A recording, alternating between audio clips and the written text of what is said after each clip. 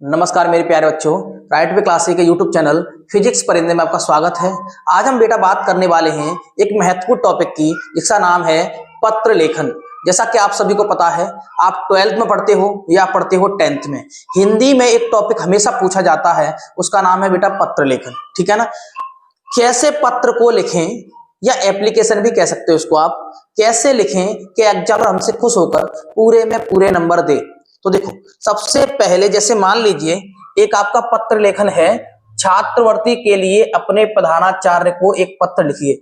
आपको छात्रवृत्ति के विषय में प्रधानाचार्य जी को पत्र लिखना है। ठीक है ना। मैं इस पत्र का फॉर्मेट बता रहा हूं, आपको कोई सा भी पत्र लिखने के लिए आ जाए तो आप कैसे लिखोगे मैं इसी वीडियो में लास्ट में बताऊंगा। ठीक है। देखो क्या लिखोगे, सबसे पहले सेवा में श्रीमान प्रधानाचार्य महोदय, क्योंकि हम किसके लिए लिख रहे हैं पत्र, प्रधानाचार्य जी के लिए। उसके बाद उस कॉलेज का नाम डालोगे, जमुना प्रसाद इंटर कॉलेज प्रयागराज। अब सबसे महत्वपूर्ण बात बेटा यह है, जो आपके प्रिंसिपल होंगे वो ये पढ़ेंगे किस लिए लिखा गया है। तो पूरी एप्लीकेशन आपकी या पत्र लेखन को नहीं पढ़ेंगे, केवल एक विशेष बिंदु पढ़ेंगे, उसको आपको लिखना है विशेष। किसके संदर्भ में है, छात्रवृत्ति के संदर्भ में। वो समझ जाएंगे कि किसके विषय में बात की जा रही है इस टॉपिक में। समझ पा रहे हो ना। अब अपने विचार रख सकते हो। देखो इस तरह से, महोदय सविनय निवेदन यह है, मैं अपने विद्यालय की कक्षा 12 का छात्र हूं। ठीक है ना। मैंने कक्षा 10 में 94% अंक प्राप्त कर जिले में 7वां स्थान प्राप्त किया है। ठीक है ना। अपनी क्वालिटी भी तो बताओगे ना, प्रिंसिपल को लगना चाहिए ना सामने वाले में दम है।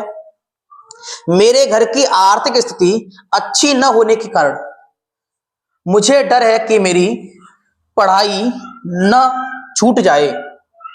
मेरी पढ़ाई न छूट जाए बेटा, छूट जाए, यहां पे आपको लिखना है छूट जाए। मुझे डर है कि मेरी आर्थिक स्थिति के कारण मेरी पढ़ाई न छूट जाए। अतः आशा है कि आप मुझे विद्यालय कोष से, इससे बेटा विद्यालय कोष से छात्रवृत्ति प्रदान करने की कृपा करेंगे। क्योंकि आपको जैसा सभी को पता है, विद्यालय में भी छात्रवृत्ति कोष होती है, जिसके जरिए से हम विद्यालय को स्पेशल ट्रीटमेंट दे सकते हैं। ठीक है ना, यानी कि छात्रवृत्ति दे सकते हैं। क्लियर। इसके लिए मैं आपका हमेशा आभारी रहूंगा या बहुत आभारी रहूंगा, इस तरह से लिख दोगे। ठीक है, धन्यवाद। और यहाँ पे आप डेट डाल दोगे। यहाँ पे लिखा है मैंने XYZ, इस जगह पे आपको क्या डालना है बेटा, डेट। जिस टाइम आप लिख रहे हो, जिस दिन, यहाँ पे लिखना है आपका आज्ञाकारी शिक्षक, आपका जो भी नाम हो इस जगह पे XYZ पे नाम लिखना है, और किस क्लास में हो क्लास लिखना है, अगर उसमें सेक्शन है तो सेक्शन लिखना है। इस तरह से एप्लीकेशन लिखी जाती है। सबसे महत्वपूर्ण बिंदु बेटा ये है कि हमें कम समय में अच्छे वर्डों का प्रयोग करना है। ये नहीं बहुत सारी बड़ी एप्लीकेशन लिख दो। देखो मैंने बहुत छोटी एप्लीकेशन लिखी है, मगर जो महत्वपूर्ण बिंदु है इसका विशेष ध्यान रखना। हम किसके संदर्भ में बात कर रहे थे बेटा, छात्रवृत्ति के संदर्भ में। और मैंने अपनी क्वालिटी भी बता दी कि मैं 12वें का छात्र हूं और मैंने जिले में कौन सा स्थान प्राप्त किया है। मैं छात्रवृत्ति क्यों चाहता हूं यह भी बता दिया, क्योंकि मेरी आर्थिक स्थिति बेटा बहुत कमजोर है। इस तरह से रिप्रेजेंट किया जाता है। समझ पा रहे हो ना। अगर मान लीजिए आपको जिला अधीक्षक के लिए लिखना है तो इस जगह पे लिख दोगे जिला अधीक्षक महोदय। अगर आपको थाने के लिए लिखना है एप्लीकेशन तो यहाँ पे लिख दो थाना प्रभारी महोदय। उसके बाद किस विषय में लिखना है, जो भी आपका विषय हो, आप पे अत्याचार हो रहा है तो थाने के लिए लिखोगे तो अत्याचार।